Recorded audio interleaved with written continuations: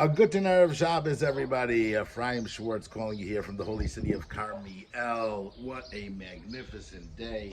A magnificent week this week. We had Yom HaZikaron, Yom HaAtzmaut, the Yartzeit of Reb Shaila. In my email this week, I noted my weekly email, and you should subscribe, Rabbi Schwartz at yahoo.com, if you're not yet subscribed, about how you have the dichotomy of these, the paradox. You go from the saddest day in Eretz Yisrael, national history, which is Yom HaZikaron, we remember all of our fallen soldiers. Yom HaAtzmaut, the happiest day in the national history. We established the state. Jews can come back. We can return. And the difference is really about 60 seconds in between one to the other. And we open up this week's parsha, and we have parshas TAZRIA and METZORA. TAZRIA being the story of the birth, whereas METZORA is the story of almost the death, and METZORA is considered like somebody that's death, and they're juxtaposed together. But it's just been a very, very incredible week over here in Eretz Yisrael. And I wanted to share with you just an incredible idea going on to this focus of Eretz Yisrael, which I think it has to be on our mind, whether you live in Eretz Yisrael, whether you celebrate Yom HaAtzmaut, whether you don't.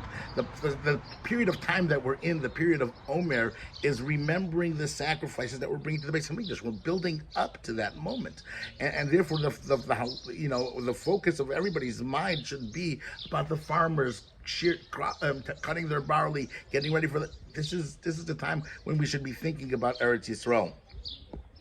And the Torah tells us something very interesting in this week's parsha, the second parsha this week. It says, "Vayidaber Hashem al Moshe v'Aaron lemor, ki savo el haaretz," when you're going to come to the land, asher ani nosin lechem lachuza, which I'm going to be giving you, lachuza, to grab onto, to be your homestead, to be your heritage land, right? Exciting good news. V'nasati nega tzaraz bebeis eretz achuzaschem, and I'm going to go ahead and put a nega of tzaraz in your houses. That's a downer. We're looking at some really good news here. We're getting all excited, and I'm going to put nega tzaras bebatecha. Why? Even stranger than that, and I think we should just put things into context. I want to put all of this together because there's just a lot to talk about on this incredible pasuk that I think we really should be the center point of everybody's focus by your Shabbos tables this week, right? Which is that the parsha is really misplaced. Right, meaning the way that the Parshias work, TAZRIA starts off with the stories of the birth and the bris milah, and then it goes into the laws of METZORA and TAZRIA. It talks about the negaim on the body, it talks about the negaim on the clothing, the blemishes that we get, the tzaras, the leprosy, and then this week's Parsha, or the second Parsha of this week, METZORA, talks about the purification process, the bringing of the birds. Beautiful birds chirping outside today, right? The bringing of the birds and the offering and the pure and the shaving and all that goes into that. And then after all of that, it tells us about this, the mitzvah, the tzaras on one's house. Why is that over here, right? It should have been back in Parshas TAZRIA. Even more than that, it should have been back in Parshas TAZRIA, right? It should have been the first thing mentioned. The Rishonim ask the question. Because Rashi, if you remember, tells us in the beginning that Hashem does something incredible. First, he starts off with our houses. If we don't get the message with our houses, then he moves to our clothing, brings tzaras on our clothing. And if we don't get the message then ultimately Hashem will eventually bring that tzaras to our bodies. So really the first thing to get afflicted would be the houses. So that should really be the first thing that's mentioned. And yet it's not. It waits till all the way afterwards over here and bring it over here. So some of the Mefarshim say, well, ein mukdam al mochar. There's nothing before or after in the Torah. There's no chronological order.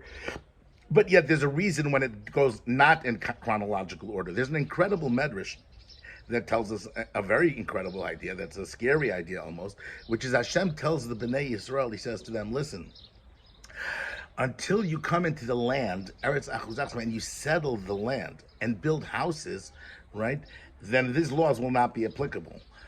It'll take them 14 years ultimately to settle the land and build houses. He goes, here in the Midbar, however, you're not living in houses. You're living temporarily, right? You're living in tents, right? And therefore, until that point in time, for the first 14 years, I will bring first the tzaras on your bodies, the clothing, and then ultimately when you build the houses, then it'll come out of the houses first, and I'll switch the order around. Which is a scary thing if you think about it conceptually, right? Meaning, what Hashem is telling Bnei Yisrael is that you're much more at risk, your bodies. I have no way of sending you a message in Chutz La'aretz, right? I have no way of sending you because it's not in the Kedusha can't come over there into your houses. Houses have to be the first thing. You have to come into Eretz Yisrael. You have to be all together. And once you're there, then there's this level of kedusha that Hashem could bring down that will, again, temper it, almost serve as a buffer to remind you. In Chutz La'aretz, you don't have that buffer. It's all temporarily.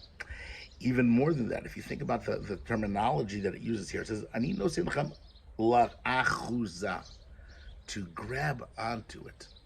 Right, I saw one of the Mefarshim explain something. It says that when we were in Mitzrayim, my bar mitzvah parsha, actually, the last pasuk in my bar mitzvah parsha was Vayeshev Yisrael, and the Bnei Yisrael lived in Eretz Mitzrayim, Eretz Goshen, Vaye'achazu ba, Vayifru, Vayirbu me'od, and they grabbed onto it, and they were fruitful.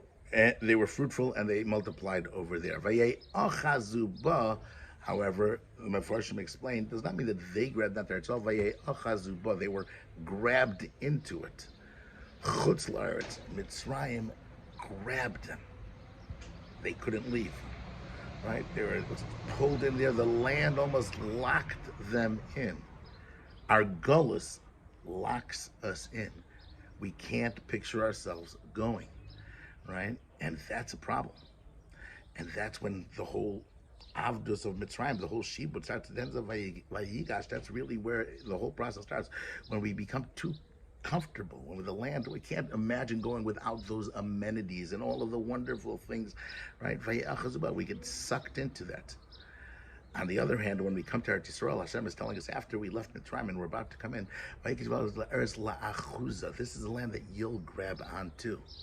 Right, this is a land that you're going to want to be part of, and this is and that's part of the process. I mean, if we have a connection to the land, right, and it's a land that we want to grab onto, then those houses there can serve as our buffers, right? In Chutz La'aretz, the land grabbed you, and these are Goyish houses that we have over there in Chutz La'aretz. They're not Jewish houses because they're not in the place where Hashem wants the houses to be built. I don't care how big they are, how chashuv they are, how Torah-filled they are. The houses there, right, are not going to be able to serve because that's not something you should be grabbing onto over there, the house over there. And Eretz Yisrael, those houses you should be grabbing onto.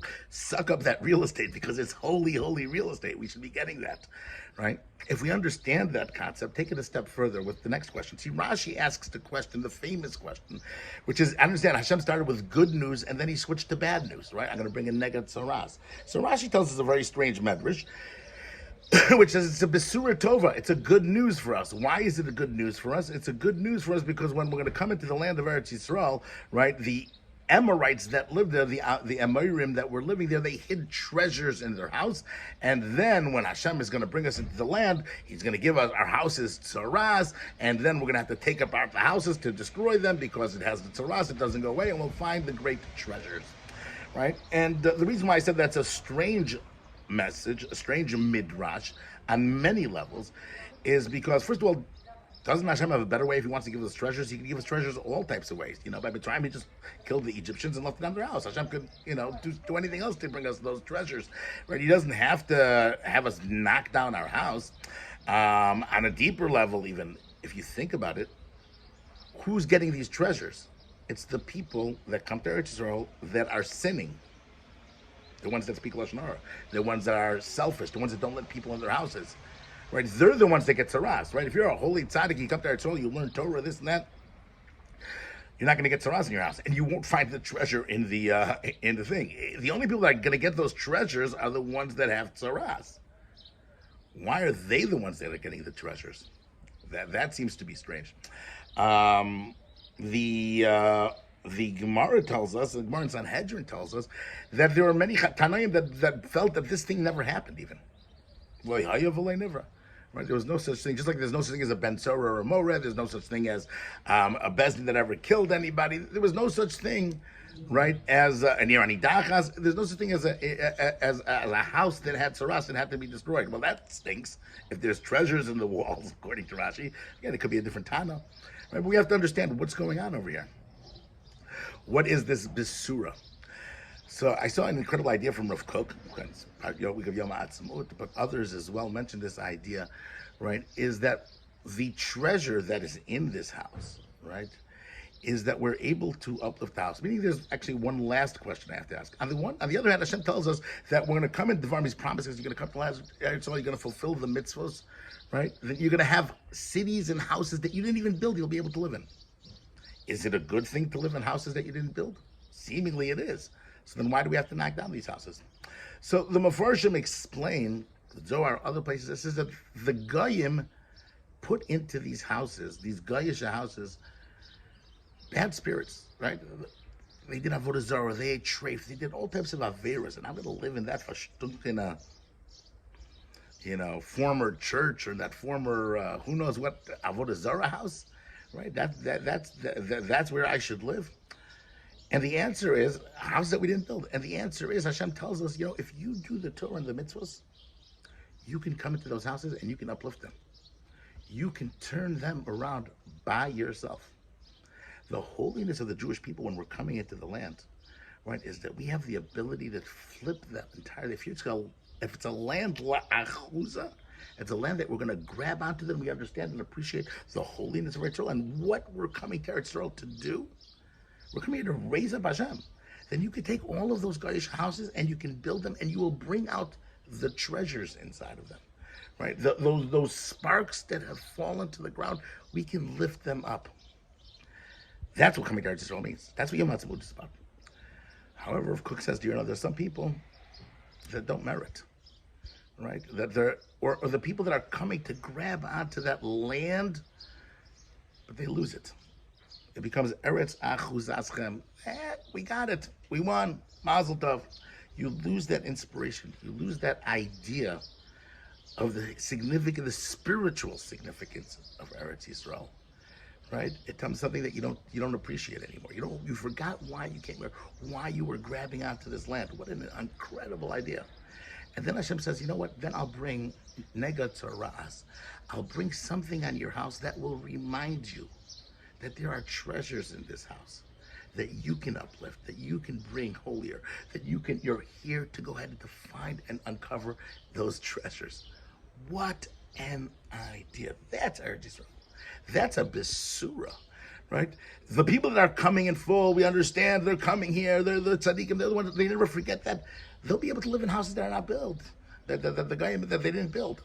But even the sinners, even the ones that are not religious, even the ones that are coming, but they dedicated themselves, they gave their lives, so that this should be our place to grab onto. Hashem will make them aware as well. I'll bring it to Araz where they will know how precious, how holy it is that they even can reveal the sparks of the holiness of Eretz Yisrael. That's our parsha. That's what we read this Shabbos. What a incredible idea.